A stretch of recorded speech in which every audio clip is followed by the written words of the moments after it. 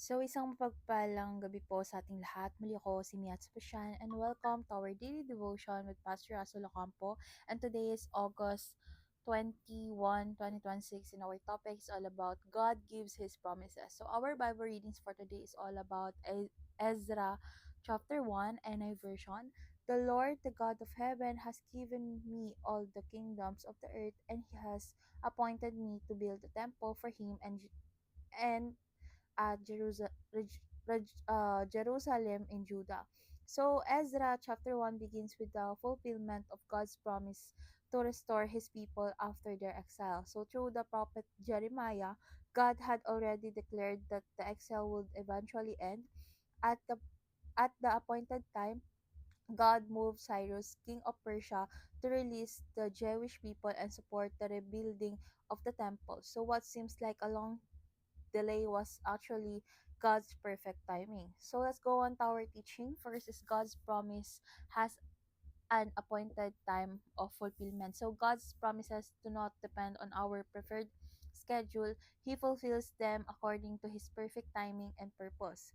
Second is God uses even pagans to accomplish his purpose. So Cyrus did not worship the God of Israel in the same way God's people did because God's people did. So yet God uses authority to accomplish his plan. God can work through people and circumstances we never expect. And last is God's faithfulness inspires us to carry on. So when we remember how faithfully God has fulfilled his promises in the past, we gain courage to continue trusting him in the present. So let's go on to our application. How do we respond? First is trust that God's timeline is perfect. So waiting can be difficult, but God's timing is never truly late. Continue praying, obeying, and trusting him while we wait. Second is recognize God's work, even the lives of unbelievers. So God is sovereign over everyone. He can use people who do not share our faith to accomplish purposes that ultimately serve his plan.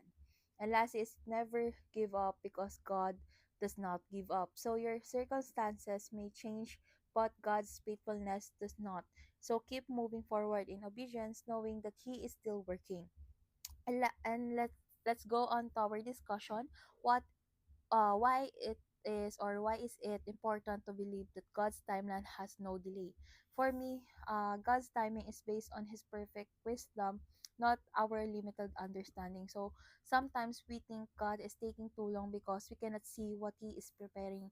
But Ezra reminds us that what looks like a delay may actually be God preparing the right people, or right circumstances. So, trusting His timeline help us remain faithful instead of becoming discouraged or trying to force our own way. So, God is never late. He is always on time according to His perfect purpose. So, let's pray. Heavenly Father, thank you for being faithful to every promise you have made. Help us trust your timing when we feel like we have been waiting too long. Give us patience to wait, faith to continue, and wisdom to recognize your work even when it happens in unexpected ways. Remind us that you are always in control and that nothing can stop your purposes. So help us never give up because your faithfulness never gives up on us. So in Jesus' name we pray. Amen.